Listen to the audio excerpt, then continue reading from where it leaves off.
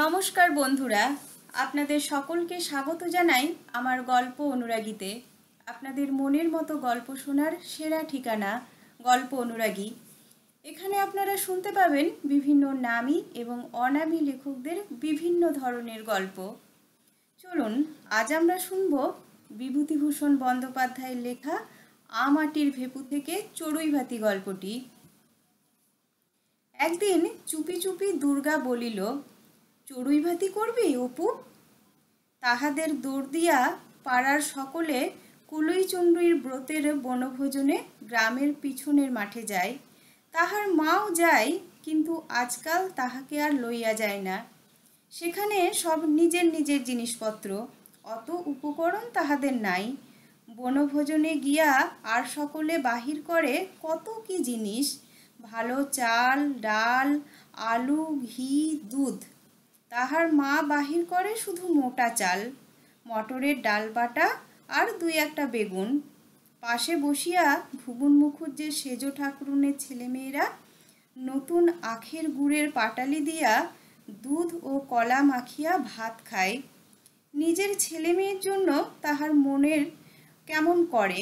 তাহার অপু ওই রকম দুধ কলা দিয়া পাটালি মাখিয়া ভাত খাইতে বড় ভালোবাসে। নীলমণি রায়ের জঙ্গলাকীর্ণ ভিটার উপরে খানিকটা বন দুর্গা নিজের হাতে দা দিয়া কাটিয়া পরিষ্কার করিয়া ভাইকে বলিল, দাঁড়িয়ে দেখ তেঁতুলতলায় মা আসছে কিনা, আমি চাল ডাল বের করে নিয়ে আসি শিগগির করে। একটা ভালো নারকেলের মালায় দুপলা তেল চুপি চুপি তেলের ভাঁটটা হইতে তুলিয়া লইল। মাল মশলা বাহিরে আনিয়া ভাইয়ের জিম্মা করিয়া দিয়া বলিল, শিগগির নিয়ে যা দৌড়ে অপু, সেইখানে রেখে আয়, দেখিস যেন গরু টরুতে খেয়ে না ফেলে। চারিদিক বনে ঘেরা, বাহির হইতে দেখা যায় না।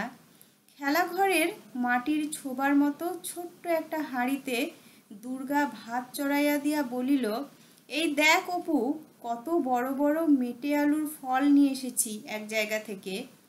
পুঁটুদের তালতলায় একটা ঝোপের মাথায় অনেক হয়ে আছে, ভাতে দেব। অপু মহা উৎসাহে শুকনো লতা কাটি কুড়াইয়া আনে। এই তাহাদের প্রথম বনভোজন। অপুর এখনো বিশ্বাস হইতেছে না যে এখানে সত্যিকারের ভাত তরকারি রান্না হইবে, না খেলাঘরের বনভোজন, যা কতবার হইয়াছে। সেই রকম ধুলোর ভাত, খাপড়ার আলু ভাজা, কাঁঠাল পাতার লুচি। কিন্তু বড় সুন্দর বেলাটি, বড় সুন্দর স্থান বনভোজনের। প্রথম বসন্তের দিনে ঝোপে ঝোপে নতুন কচি পাতা, ঘেটু ফুলের ঝাড় পোড়ো ভিটাটা আলো করিয়া ফুটিয়াছে। বাতাবি লেবু গাছটায় কয়দিনের কুয়াশায় ফুল অনেক ঝরিয়া গেলেও থোপা থোপা সাদা সাদা ফুল উপরের ডালে চোখে পড়ে। চড়ুইভাতির মাঝামাঝি অপুদের বাড়ির উঠানে কাহার ডাক শোনা গেল। দুর্গা বলিল, বিনির গলা যেন, নিয়ে আয় তো ডেকে অপু। একটু পরে অপুর পিছনে পিছনে দুর্গার সমবয়সী একটা কালো মেয়ে আসিল। একটু হাসিয়া যেন কতকটা সম্ভ্রমে সুরে বলিল, কি হচ্ছে দুর্গা দিদি? দুর্গা বলিল, আয় না বিনি, চড়ুইভাতি করছি, বস। বিনি ওপাড়ার কালীনাথ চক্রবর্তীর মেয়ে, পরনে আধময়লা শাড়ি, হাতে সরু সরু কাঁচের চুড়ি, একটু লম্বা গড়ন, মুখে নিতান্ত সাদাসিধা। যুগের বামন বলিয়া সামাজিক ব্যাপারে পাড়ায় তাহাদের নিমন্ত্রণ হয় না। গ্রামের এক পাশে নিতান্ত সংকুচিতভাবে বাস করে, অবস্থাও ভালো নয়। বিনি সানন্দে দুর্গার ফরমাইশ খাটিতে লাগিল। বেড়াইতে আসিয়া হঠাৎ সে যেন একটা লাভজনক ব্যাপারের মধ্যে আসিয়া পড়িয়াছে। দুর্গা বলিল, বিনি, আর দুটো শুকনো কাঠ দেখ তো, আগুনটা জ্বলছে না ভালো। বিনি তখনই কাঠ আনিতে ছুটিল এবং একটু পরে এক বোঝা বেলের ডাল আনিয়া হাজির করিয়া বলিল, এতে হবে দুর্গা দিদি, না আরও আনব? দুর্গা যখন বলিল, বিনি এসেছে, ও ও তো এখানে খাবে, আর দুটো চাল নিয়ে আয় অপু। বিনির মুখখানা খুশিতে উজ্জ্বল হইয়া উঠিল। খানিকটা পরে বিনি জল আনিয়া দিল। আগ্রহের সুরে জিজ্ঞাসা করিল, কি কি তরকারি দুর্গা দিদি? দুর্গা ভাত নামাইয়া তেলটুকু দিয়া তাহাতে বেগুন ফেলিয়া দিয়া ভাজে। খানিকটা পরে সে অবাক হইয়া ছোবার দিকে চাহিয়া থাকে। অপুকে ডাকিয়া বলে, ঠিক একেবারে সত্যিকারের বেগুন ভাজার মতো রং হচ্ছে, দেখেছিস অপু?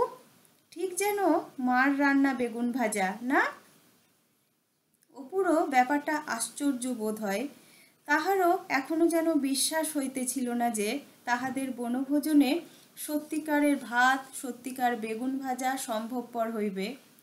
তাহার পর তিনজনে মহা আনন্দে কলার পাতে খাইতে বসে, শুধু ভাত আর বেগুন ভাজা, আর কিছু না। অপু গ্রাস মুখে তুলিবার সময় দুর্গা সেদিকে চাহিয়াছিল। আগ্রহের সঙ্গে জিজ্ঞাসা করে, কেমন হয়েছে রে বেগুন ভাজা? অপু বলে, বেশ হয়েছে দিদি, কিন্তু নুন হয়নি যেন। লবণকে ইহারা ভুলক্রমে একেবারেই বাদ দিয়াছে, লবণের বালাই রাখে নাই। কিন্তু মহা তৃপ্তিতে তিনজনে কোষো আলুর ফল ভাতে ও পানসে আধপোড়া বেগুন ভাজা দিয়া চড়ুই ভাতির ভাত খাইতে বসিল। দুর্গার এই প্রথম রান্না, প্রথম এই বনঝোপের মধ্যে, এই শুকনো লতাপাতার রাশের মধ্যে খেজুর তলায় ঝরিয়া পড়া খেজুর পাতার পাশে বসিয়া সত্যিকারের ভাত তরকারি খাওয়া। খাইতে খাইতে দুর্গা অপুর দিকে চাহিয়া হি হি করে হাসিয়া খুশির হাসি হাসিল। খুশিতে ভাতের দলা তাহার গলার মধ্যে আটকায়া যাইতেছিল যেন। বিনি খাইতে খাইতে ভয়ে ভয়ে বলিল, একটু তেল আছে দুর্গা দিদি? মেটে আলুর ফল ভাতে মেখে নিতাম। দুর্গা বলিল, অপু ছুটে নিয়ে আয় একটু তেল। অপু বলিল, মাকে কি বলবি দিদি? আবার ওবেলা ভাত খাবি? দূর, মাকে কখনো বলি? সন্ধ্যের পর দেখিস খিদে পাবে এখন। যুগীর বামন বলিয়া পাড়ার জল চাইতে চাহিলে লোকে ঘটিতে করিয়া জল খাইতে দেয়, তাহাও আবার মাজিয়া দিতে হয়।